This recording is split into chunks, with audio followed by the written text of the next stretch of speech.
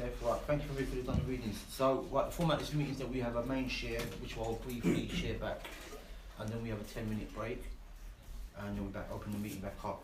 Can we get a couple of great volunteers to help do the washing up, please? Ben, I've seen loads of arms. You know who you are? Danny, Ben, and cheers, dude. Yeah, cool. Right, and just before that, can you like to read the identity statement, please? Yeah, sure. And no, you're sweet. There's a lot of readings, isn't there? Do we do the readings every week? Every week we do the readings, yeah? It only goes to show, doesn't it, really, that most addicts have an hearing problem. What's that?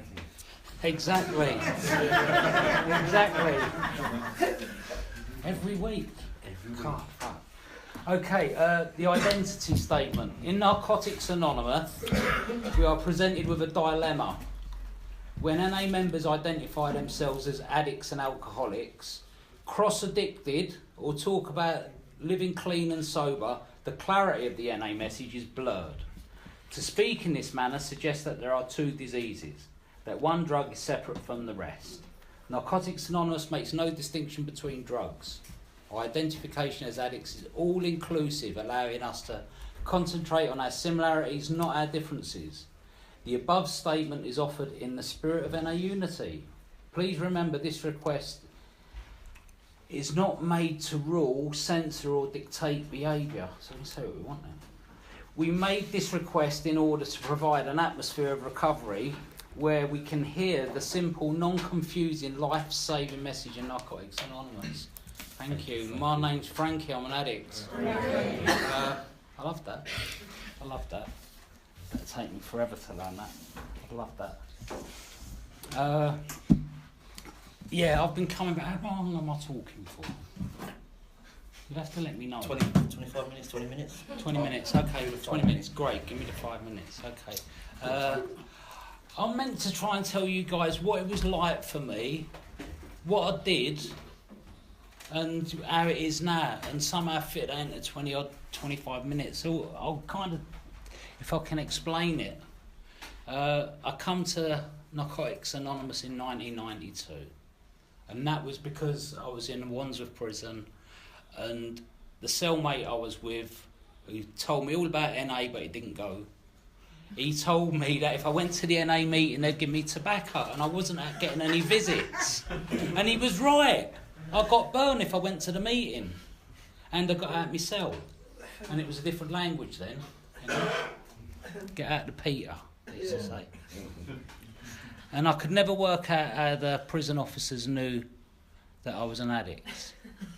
And then someone told me the obvious, that they used to sit in this little plastic bubble at the end of the landing, and they used to open the doors and just watch the addicts run out and run round the cells while everyone else went to get their dinner.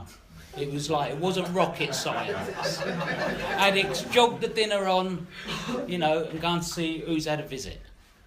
And that was the world I came from. That's where I was. You know, my world was ways and means to get more. My world was I would take drugs. You know, as it says, there's no particular drug. You know, I did the drug hierarchy. I started off with glue before cigarettes, and then I kind of moved on from there. The drug my drug of preference. I don't believe in drug of choice. I think it's drug of preference. My drug of preference for me was heroin. It's not everyone else's. I was one of these guys who used to look down at crackheads. You know, because I took smack fucking, you know, I wouldn't do that, you know. But then again, I had a preference. I'll talk about drugs, you know, I had a preference. I like yellow crack. I didn't like the white crack. I like the yellow gear, you know. That's the gear I like. I like that gear, the proper gear, yeah. That's what I liked. When it was available, you know. So I'm just kind of letting you guys know, because I've been in NA for a while, okay. I came in and I didn't manage to stay clean from the beginning. I wish I had.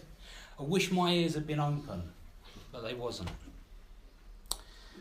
So if I can pass a message on, I'm trying to talk to someone who's like me, that's all, because some of you guys have been here for a while, you don't really need to hear what I say. Some of you guys are here and you don't know your heads are busy, because I was like one of those.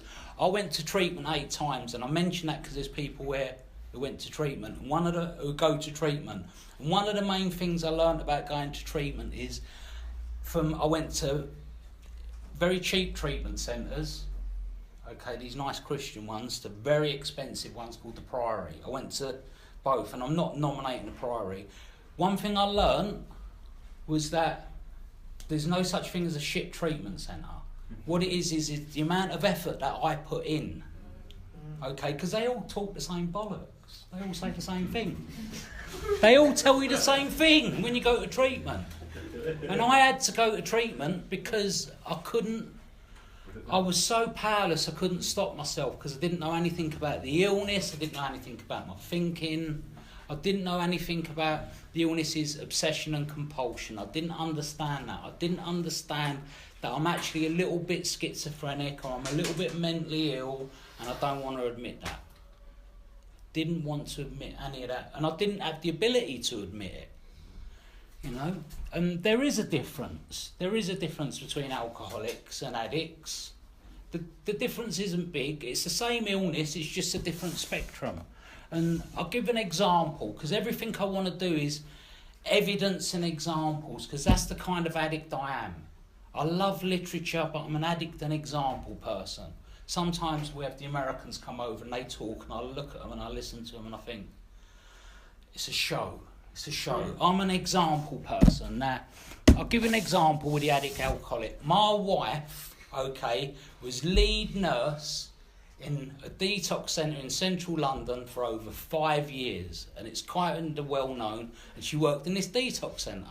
And every day she does the titration, you know, she does the thing when you come up and you're clucking and you're going to get you. She says what she used to do is she opened the door, and when it's an alcoholic, she says to them, okay, so we're going to give you your Valium and your vitamin B6 and so on. What did you drink? Now, she already knows. She's got the information sitting there. She knows exactly what went on. And they always turn around and they always go, well, I used to have, you know, a couple of cans a day and all the rest of it. She go, well, your liver says different, you know. Your liver reading says totally different. Your liver reading basically says a bottle and a half of vodka, you know.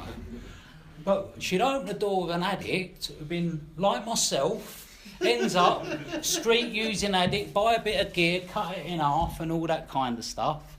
She'd open the door on the addict and she'd say to him, oh, okay, so you're down on the methadone and so on, so what was you using? And they go, 8 grams of gear a day. 8 grams of gear a day, yeah. It's on me Ficeptones, I had me Valiums, you know.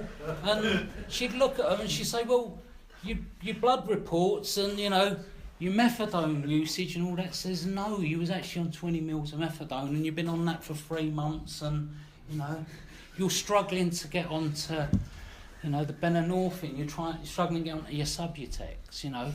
Addicts have a tendency to over-exaggerate stuff. It's never enough. They want more. The thing with the alcoholics was they're very sociable, but they're not necessarily want everyone to know that they're at it. And so they play the game down, and that was just a standard thing. Now, that's no different, but what I'm going to lead on to is something which really applies to me, because I won't talk about drugs for too long, but one of the things which applied for me was it's about the thinking. What I've learnt for me, not everyone has this, a lot of people do, the illness of addiction, the illness is in my mind. Okay, I have allergic reaction to drugs. In other words, my allergic reaction to drugs, that's why I was after a basic text, as it says, you know, our bodies are allergic. What happens with an allergy, with the allergy of addiction is, when I take something, I can't normally save it. If I get a bit of Charlie or a bit of Puff, if I think, fuck this, I'm spending too much money, I'm only going to have half of this, let's think of a non-addictive drug like Puff, yeah? And I'll put it in the drawer and save it till tomorrow, yeah? So I'll cut it in half, well, the smaller half, and I'll put it in the drawer, right? I'll put it in the drawer till tomorrow, okay? What happens? 1 minute past 12, it's tomorrow, isn't it? You know, so I haven't even gone to bed. So it's officially tomorrow, so now I can have some of it. So when the birds are tweeting, they're driving me mad, and I can hear the world waking up, I've got nothing left. I've got nothing left. And that's what happens with me. And the other thing that happens with me was I got to this stage with people where what I would do is as my illness got worse, as my disease progressed, I would have to take people hostage. So you have to team up you got to team up with people. What I'd do is, for example, I didn't use with Sol, but I'd find someone like Sol and I'd say to him, you know what, mate? My man, he has got the best gear. He's got the best fucking gear. You know that gear where you've been getting? My mate's got the best gear. So, how about we go halves? Okay? Now, he's sold. He's sold. Because he's got half the money, I've got half the money. He's sold. Because he wants better gear all the time. He's an addict. I'm an addict. I want the best I can get. I want the most, the best. So what do? I say, look, I'm not going anywhere. You can see me. You can see me. I'm going to get in the car. I'm going to get in the car. I'm not going anywhere. You can see me. Now, my man can't meet you. Because he's proper para, yeah? I'm not going to introduce him to me dealer. Fuck off. I'm not going to introduce him to me dealer. So I'll get in. I'll get me non-addictive puff. Yeah? I'll get that. What's the rule? Everyone knows the rule. The rule for an addict is you've got to tax it. You got to, ain't you? That's what the little pocket there's for. So I'll get me puff or whatever, you know, because it doesn't matter what drug we're talking about. You know, I'll break a bit off. I'll get me tax. I'll break a bit off. I'll stick it in my pocket. Okay. And the first thing I do when I come back is I go say to Sol is, they weren't big deals, but the gear's blinding. The gear's fucking blinding. Now he's clucking. So he'll smoke anything. Or he'll inject anything, ingest anything, whatever. I could even do the train spotting thing and say, we've got to stick these up. You know, where we've got to stick these. You know, they're suppositories, you know. Could even... So what happens is we get back to where we're going, I'll tip it out. Now this is about addict thinking, yeah? This is what happens with addict thinking. I'll tip it out. Steph, listen to this one because you'll get this one, yeah? I'll tip it out, okay? As I tip it out, I say to him, you cut it, I'll pick. Okay, now I've already nicked a bit. It's in my pocket there. I've already got the big bit. Okay, so Sol does that.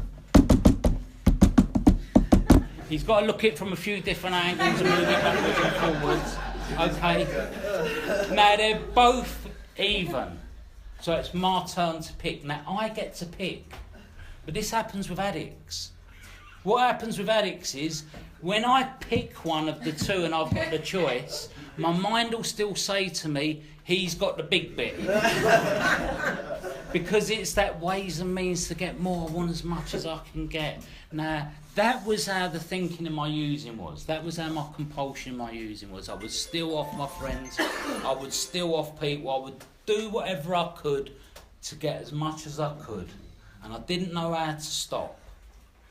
And what was happening for me was I got to a place where I would do whatever I could to stop. Oh, I got wild ideas.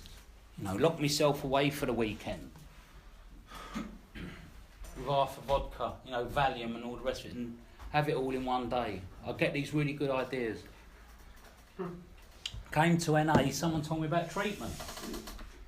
So, NA, people like to mess with you in NA. I like to mess with people in NA, myself.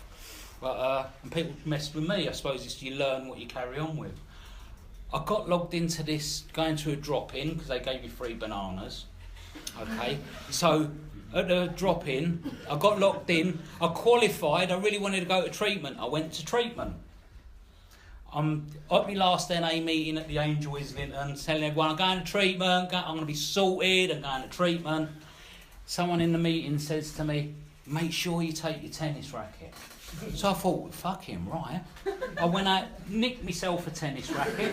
I'm off to treatment, because that's what I thought it was all about. I didn't realise And then next thing I know, I find myself sitting in a circle with 8 people and they're going, well, how do you feel, Frankie? And I'm like, with my hands. What do you mean, how do I feel?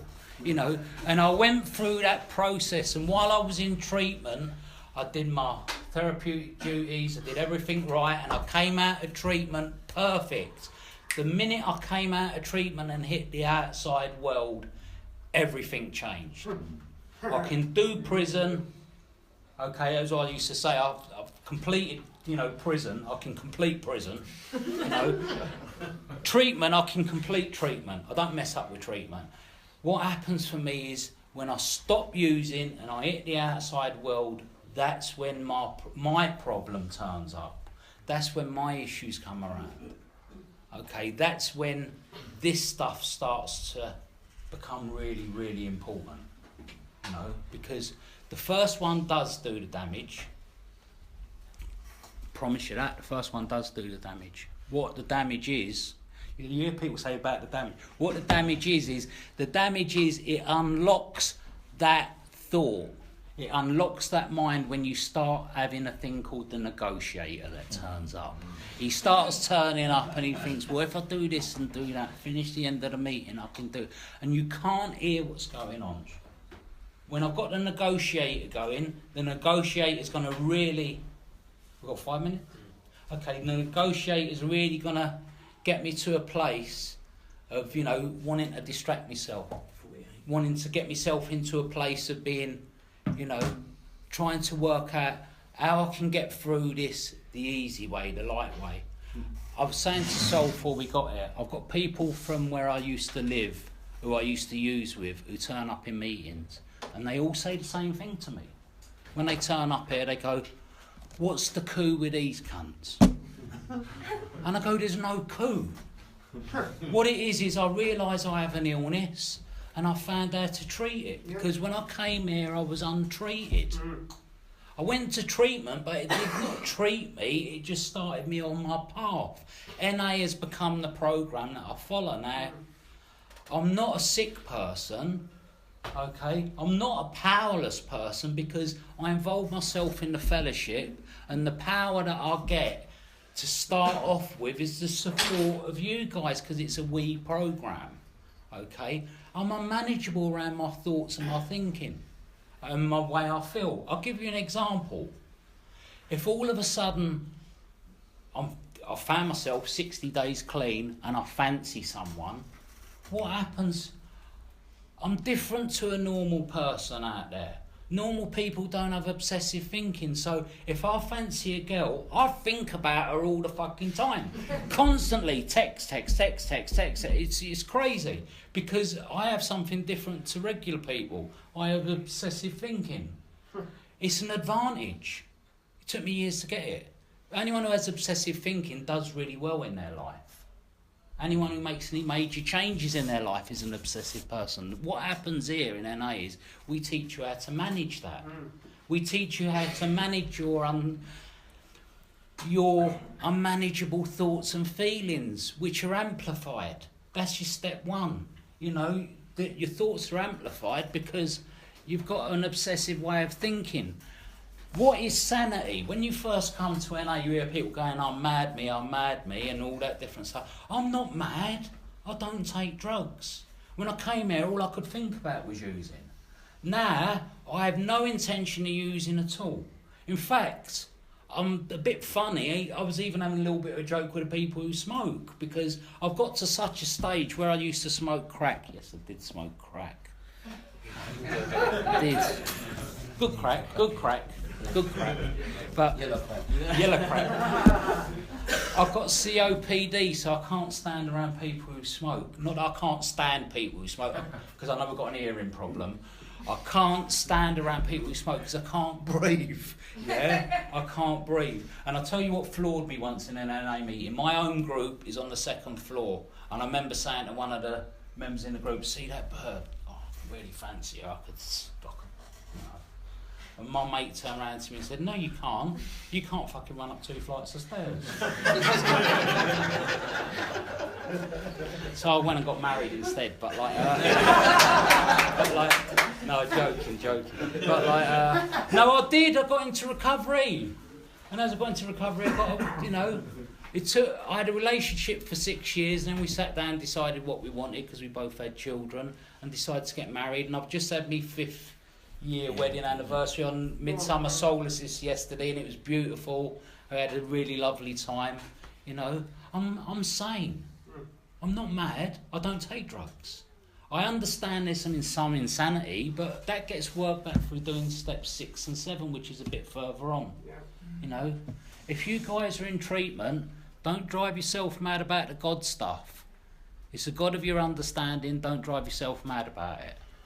All it means is that you make a decision to get on and do your step work and do your step 4. That's all that basically means. You work that stuff out later on.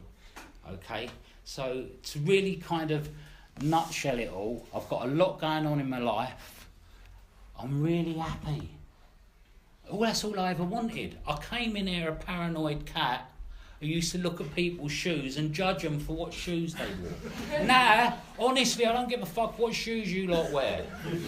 I've got to the stage where I've got to 56. There's not many 56-year-olds around who use drugs, you know what I mean? And I'm like, you know, I'm wearing comfortable shoes.